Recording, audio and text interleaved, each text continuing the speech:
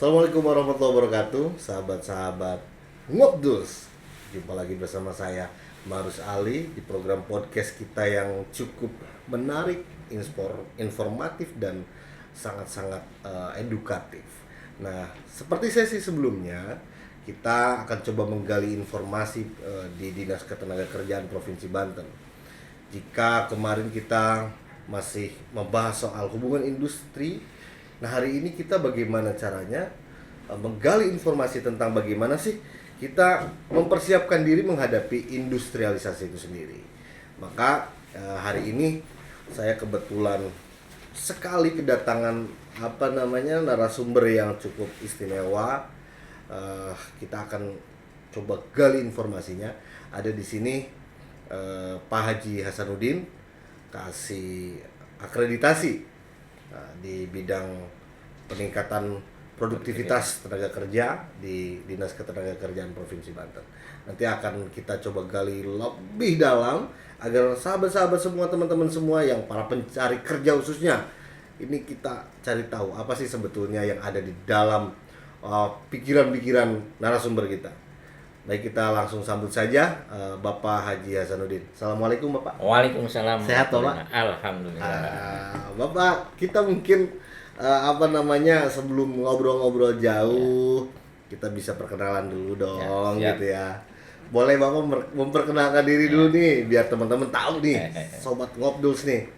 Baik, ya teman-teman sekalian, kebetulan kita di Dinas Tenaga Kerja Provinsi Banten. Oke. Kita di bidang peningkatan produktivitas tenaga kerja. Oke. Itu membawahi 2 sesi. Ya. Yang pertama sesi pelatihan dan sertifikasi. Yang kedua sesi kelembagaan dan pengendalian mutu tenaga kerja. Oke. Kebetulan posisi saya adalah di bagian kasih kelembagaan Dan pengendalian mutu. pengendalian mutu tenaga kerja. Oke. Gitu. Bapak aslinya orang mana Pak? Kalau saya asli orang Rangkas Bitung. Oh, orang Rangkas. Iya. Kalau orang Rangkas itu makanan favoritnya apa? Banyak. Banyak ya. Kita kuliner tuh waduh beragam-beragam. Banyak kalau di banget ya. Rangkas. Banyak banget. Tapi biasanya kalau sebutan itu kalau orang Rangkas mah lot. Ya. Kayak ke orang yang lebih tua lot Betul, gitu. betul, ya. Tapi saya enggak lah. Saya kan maksudnya saya mah ke Pak Haji aja Ya. gitu Pak Haji. Nah, Pak Haji, di bidang Bapak ini sebetulnya kan tadi membawahi 2 bidang ya, Ya, dan 2 kebetulan seksi. Bapak ada seksi pengendalian mutu. Nah, di seksi pengendalian mutu itu ada apa aja sih Pak? Sebetulnya fungsinya itu apa gitu, ngapain gitu? Ya, pertama kalau kita bicara tentang kelembagaan, kita membina-bina kelembagaan yang ada di wilayah Provinsi Banten.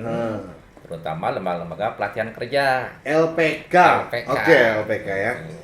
LPK itu tersebar di Provinsi Banten berkisar 600 LPK. Banyak juga Pak ya. Banyak sekali. Dan itu menjadi wilayah tanggung jawab kita. Dari mulai pembinaan, dari mulai dia tata kelolanya, kita berikan pencerahan, sosialisasi. Kemudian setelah mereka mendapatkan izin dari Dinas PTSP Kabupaten Kota, PTSP-nya ya. dari PTSP Kabupaten Kota, nanti kita lanjutkan ke tahap akreditasi. Dan itu tetap di guidance Pak ya? Di guidance oleh kita. Sampai akhirnya ke akreditasi. Ke akreditasi. Oke. Nah Pak, dari 600 itu berapa sih? Ada nggak sih kayak misalkan kategori yang akreditasinya bagus itu, misalkan contohnya kayak gimana lah gitu? Kalau kita pada prinsip yang di bawah Kemnaker, akreditasi itu kita tidak seperti Dinas Pendidikan ya, Kemendikbud. Kalau Kemendikbud ada kategori unggul ya, kategori baik, kategori cukup. Kalau di kita tidak, justru kita akreditasi itu hanya satu. Jadi baik aja. Oh, baik aja iya, gitu ya? Jadi kalau ketika akreditasi berarti LPK itu sudah punya kompetensi untuk layak lah, layak, ya. Layak beroperasi begitu ya? Betul, betul. Nah Pak, kalau tadi bicara pasti kan kaki tangan daripada memastikan mutu tenaga kerja ini melalui Bapak nih seksinya sebanten nih kan, Iya. yang memastikan bahwa LPK ini terakreditasi dan memang nantinya akan menghasilkan tenaga kerja yang siap bersaing. Betul, betul. Nah, Bapak, ini kan pasti ngomongin manfaat, banyak manfaatnya ya. Cuman di Gen Z ini kadang-kadang LPK ini tidak terlalu menarik, Pak.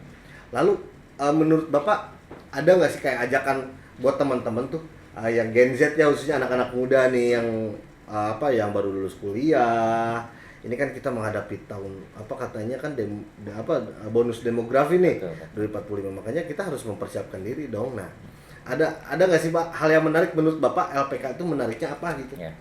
Jadi teman-teman sekalian, ketika kita mau masuk ke dunia kerja, pihak user atau pihak perusahaan itu biasanya ingin mencari tenaga kerja itu harus yang punya kompetensi. Betul. Otomatis kalau ketika tenaga kerja yang punya kompetensi, dia harus dilatih dulu dong. Nggak mungkin ujuk-ujuk lulus sekolah Iya, bisa tiba-tiba lulus ya. Ya. Makanya salah satu lembaga sarana untuk peningkatan kompetensi dari teman-teman sekalian yang mau masuk dunia kerja adalah di LPK. Di LPK. Nah, makanya LPK itu harus terakreditasi. Betul. Terakreditasi itu adalah jaminan mutu bahwa LPK itu sudah punya standar mutunya. Makanya kita punya tugas melakukan akreditasi gitu. Jadi pas saya mah kita bicara pengalaman aja apa ya. Betul. Saya mah LPK taunya kayak misalkan lembaga kursus apa gimana gitu nih. Nah, jadi kita taunya cuma kayak misalkan saya mohon maaf misalkan saya mau sama teman-teman mau berangkat ke Jepang nih, kita harus pasti kan kita harus punya soft skill kayak bahasa Mandarin. Betul. Kan daftar kita ke LPK untuk ini kan. Dan menurut Bapak dan memang sebetulnya akreditasi itu ada masa berlakunya apa enggak? Ada. Oh ada ya. Jadi akreditasi itu teman-teman sekalian masa berlakunya 5 tahun. Setiap LPK dikasih akreditasi 5 tahun. 5 tahun. Jadi setelah 5 tahun mereka bisa namanya reakreditasi. Perpanjangan akreditasi. Okay. Nah, itu untuk maksudnya apa? Biar nanti kita melihat sampai sejauh mana progres mereka melakukan proses pelatihan. Apakah mereka itu masih berkembang atau masih berbuka ya LPK-nya atau udah tutup gitu kan. Nanti ketika 5 tahun akan kita evaluasi. Itu bagaimana progres mereka melakukan proses pelatihan. Nah dia ada kayak misalkan LPK itu wajib nggak sih kayak laporan tahunan atau ke apa misalkan laporan administrasi ya ke PT apa tadi teh ke dinas lah ke dinas bahwa kita sudah melakukan apa namanya operasionalisasi nih kayak mengajar teman-teman calon tenaga kerja. Ada nggak sih kewajiban itu gitu? Ada harusnya. Jadi mereka itu ketika selesai melakukan pelatihan, nanti jumlah lulusan berapa, kemudian jumlah lulusan yang sudah diserap tenaga kerja berapa, itu seyogyanya mereka memberikan laporan ke Dinas Tenaga Kerja, kabupaten kota, di mana tempat mereka domisili, ditembuskan ke kita, sebagai lembaga pembina ke Dinas Tenaga Kerja Provinsi Banten, biar kita punya data, bagaimana progres mereka menyerap tenaga kerja, gitu. Nah Pak, di antara 600 apa namanya LPK itu dia setiap LPK itu wajib nggak sih kayak misalkan untuk mendapatkan akreditasi wajib memiliki apa dampingan ataupun orang yang diajar itu minimumnya berapa gitu setiap LPK itu ada nggak? Itu kalau kita tidak mensyaratkan ya. Jadi kalau kita itu idealnya memang dalam satu kelas tuh ya, dalam satu pembelajaran di LPK itu biasanya standar kita 16 orang. Jadi kenapa lembaga pelatihan kerja itu 16 orang? Jadi karena prinsip kita efisiensi ya. Jadi semakin istilahnya kelasnya tidak terlalu banyak, berarti proses pengembangan kompetensinya lebih cepat. Proses pembelajaran lebih cepat. Justru kalau banyak malah tidak efektif ya, malah nanti mereka tidak kompeten gitu ya untuk melakukan proses pelatihan gitu.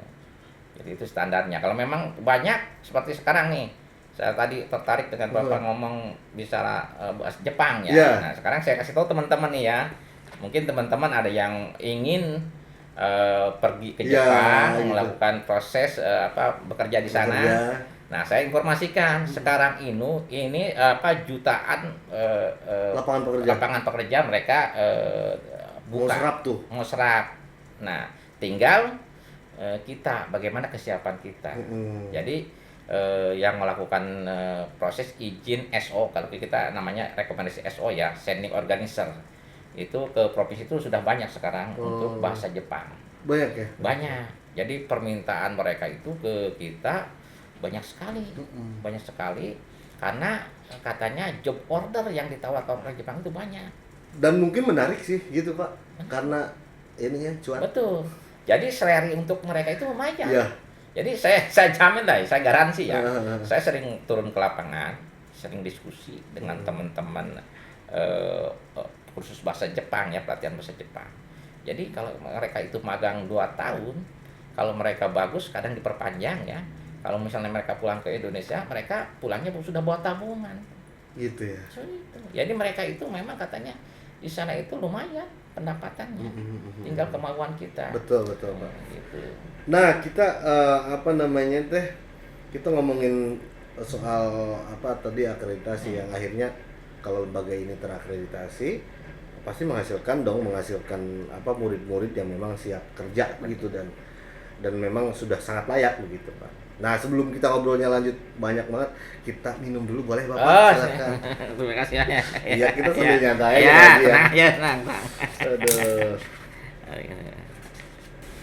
Pak Haji, tadi kan kita bicaranya kita banyak banget nih soal akreditasi termasuk persyaratan ketentuan LPK ini akreditasi kayak gimana.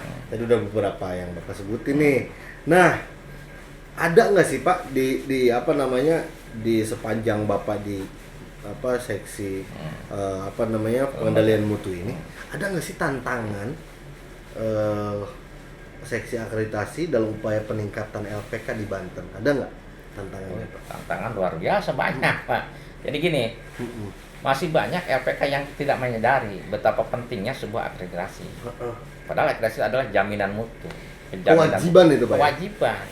Itu di PP disebutkan bahwa ketika sebuah LPK sudah melakukan proses perizinan, betul, paling lambat ketika dia sudah 3 tahun, paling lambat tuh 3 tahun dia harus sudah melakukan akreditasi. Oh gitu. Iya, jadi kalau misalnya selama 3 tahun dia tidak melakukan akreditasi, itu ada 2 kemungkinan. Nah, yang pertama dia dikasih sanksi secara lisan atau tertulis, kedua dicabut perizinannya. Oh gitu. Iya bisa, itu ada SP dulu tuh. SP dulu.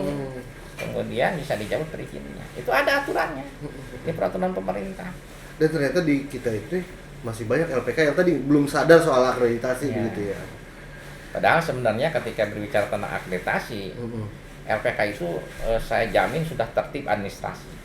Karena 8 standar yang diterangkum dalam akreditasi itu adalah mencakup standar mutu sebuah LPK. Gitu. Jadi mulai dari standar program pelatihannya, standar kurikulumnya seperti apa, standar materi pelatihannya seperti apa, semua terjamin. Standar instruktur dan tenaga pelatihan, iya, betul.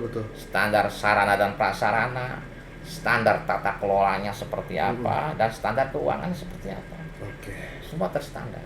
Nah Bapak, tadi kan berarti kita bicara tantangan itu masih banyak nih teman-teman kelompok-kelompok LPK ini yang belum sadar soal akreditasi. Itu tantangan yang cukup berat ya, apalagi memang melihat daerah. Kadang kan gini, sebuah LPK kayak misalkan kita nggak bisa bikin LPK dengan misalkan program pelatihannya A, sedangkan kebutuhan masyarakatnya B. Mungkin tantangan di kita kan tidak selamanya daerah itu selalu industri, ada yang pariwisata dan lain-lain. Segmentasi inilah kemudian juga mungkin dirasa akan membuat tantangan tersendiri lah gitu. Nah, setelah kita panjang tadi Pak, ada nggak sih Bapak tips ataupun pesan buat teman-teman Gen Z, teman-teman masyarakat pemuda, ada nggak tipsnya kalau mencari LPK yang sudah akreditasi itu kayak gimana? Tipsnya kadang-kadang kan orang daftar aja tuh Pak, nggak mau kayak misalnya saya nggak tahu nih ini akreditasi atau gimana, nggak tahu gitu. Nah tipsnya bagaimana sih?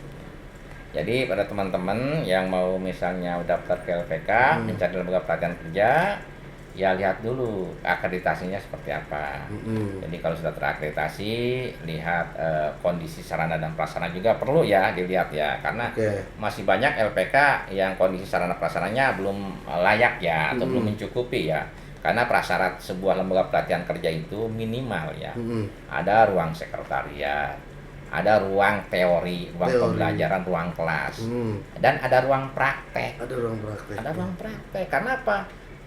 Kita mustahil bicara tentang lembaga pelatihan kerja tanpa ada praktek. Betul.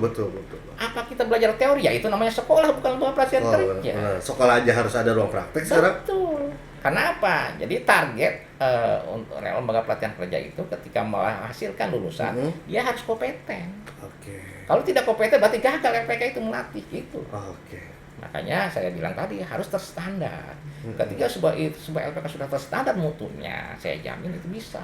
Instrukturnya sudah punya sertifikat Sertifikasi instruktur ya, kompetensi. saranya sudah bagus, tata kelolanya sudah bagus, tata pengelolaan keuangannya sudah bagus. Itu kecil kemungkinan dia akan gagal. Pasti dia berhasil mendidik para siswanya. Nah, ngomongin LPK itu Pak, dia ada nggak sih biaya operasionalisasi yang memang disupport dari pemerintah? Nah, ini saya dengar kemarin dari teman-teman juga ya. Iya. Ketika saya turun ke lapangan, melakukan proses akreditasi, apa yang ditanya oleh teman-teman? Pak Hasan, bagaimana nih program yang bisa kita terima ketika kita sudah akreditasi? Jadi mereka menanyakan program bantuan. Pasti kayak gitu. Mungkin mereka nanya kompensasi Iya. Saya bilang nanti itu kan tergantung anggaran. Oh gitu. Jadi kalau niat kita sih sudah baik ya. Ketika memang kita sudah akreditasi, mereka apabila anggaran memungkinkan, kenapa tidak? Kita berikan reward bagi LPK yang sudah akreditasi. Nah, terakhir Bapak, pesan untuk teman-teman LPK, biar pengelolaan LPK Banten ini juga keren, terakreditasi, dan pesan untuk teman-teman calon tenaga kerja. Monggo Bapak. Ya. Baik, teman-teman para pengelola LPK, saya titip pesan. Mulai sekarang mulailah kita berbenah diri. Bagaimana jadi kita mendirikan sebuah LPK itu tidak hanya sekilas saja atau tidak hanya asal-asalan saja. Tuh. Kita standarkan mutunya. Yuk secepatnya kalau yang sudah punya izin, kan itu di aturannya 3 tahun setelah izin itu terbit harus segera akreditasi. Segera tempuhlah proses akreditasi itu. Mudah kok. Mudah, tidak masalah, mudah. Sekarang sudah era digital, jadi semua pakai aplikasi. Betul. Jadi pakai aplikasi, nanti kalau misalnya teman-teman sudah siap akreditasi, segera menghubungi kita di Tenaga Kerja Provinsi Banten, biar nanti kita bisa menindaklanjuti. Langsung datanglah. Langsung kita menindaklanjuti itu, kita undang Bintek dulu. Betul. Kita berikan pencerahan bagaimana sih penyusunan dokumen akreditasi itu. Betul. Nanti teman-teman sudah paham, barulah masuk ke tahap proses akreditasi. Buat teman-teman pekerjanya nih, calon pekerja. Kalau calon pekerja ya itu saya bilang datang ke LPK lah gitu. Datang ke LPK. Jadi coba sekali-kali teman-teman calon pekerja buka web. Lihat Google, cari-cari LPK mana yang bagus nih. Apa cari peluangnya mana yang paling bagus. Misal sekarang lagi booming bekerja di Jepang, ya udah. Cari LPK bahasa Jepang yang bagus. Gitu. Tidak usah memikirkan nanti biaya saya itu seperti apanya. Karena sekarang kita sudah mencarikan solusi. Jadi ketika kita dengan teman-teman kemarin berdiskusi dengan LPK Bahasa Jepang, karena kendalanya kan biaya. Ya, betul, jadi ketika mereka mau daftar pelatihan bahasa Jepang, mau berangkat ke Jepang, mereka menanyakan biaya. Karena mungkin kesanggupan mereka tidak ada untuk melakukan pemberian biaya ya untuk berangkat ke sana. Living cost-nya berat gitu. Makanya saya solusinya dengan teman-teman LPK pengelola bahasa Jepang pengelola LPK bahasa Jepang itu solusinya mencari dana talangan. Oh gitu. Jadi LPK saya arahkan coba cari dana talangan kerjasama pembiayaannya dengan itu ya? Iya, dengan pihak perbankan. Nanti dari pihak perbankan itu kerjasama nanti konsepnya seperti apa biar nanti peserta ketika sudah lulus bisa menyicil untuk membayar ke pihak bank. Pak Haji, ini makasih banget, ini informasinya sangat-sangat informatif lah gitu ya. Ini sangat-sangat perlu diketahui nih oleh teman-teman netizen, terutama yang memang bagi calon para pekerja dan yang punya LPK nih. Mudah-mudahan Bapak ini informasinya bermanfaat. Amin. Ini keren banget, terima kasih banyak atas waktunya Pak Haji. Iya. Mudah-mudahan Pak Haji nggak bosan nih kedatangan saya. Siap, saya sampaikan informasi lah buat mencerahkan ya teman-teman sekalian.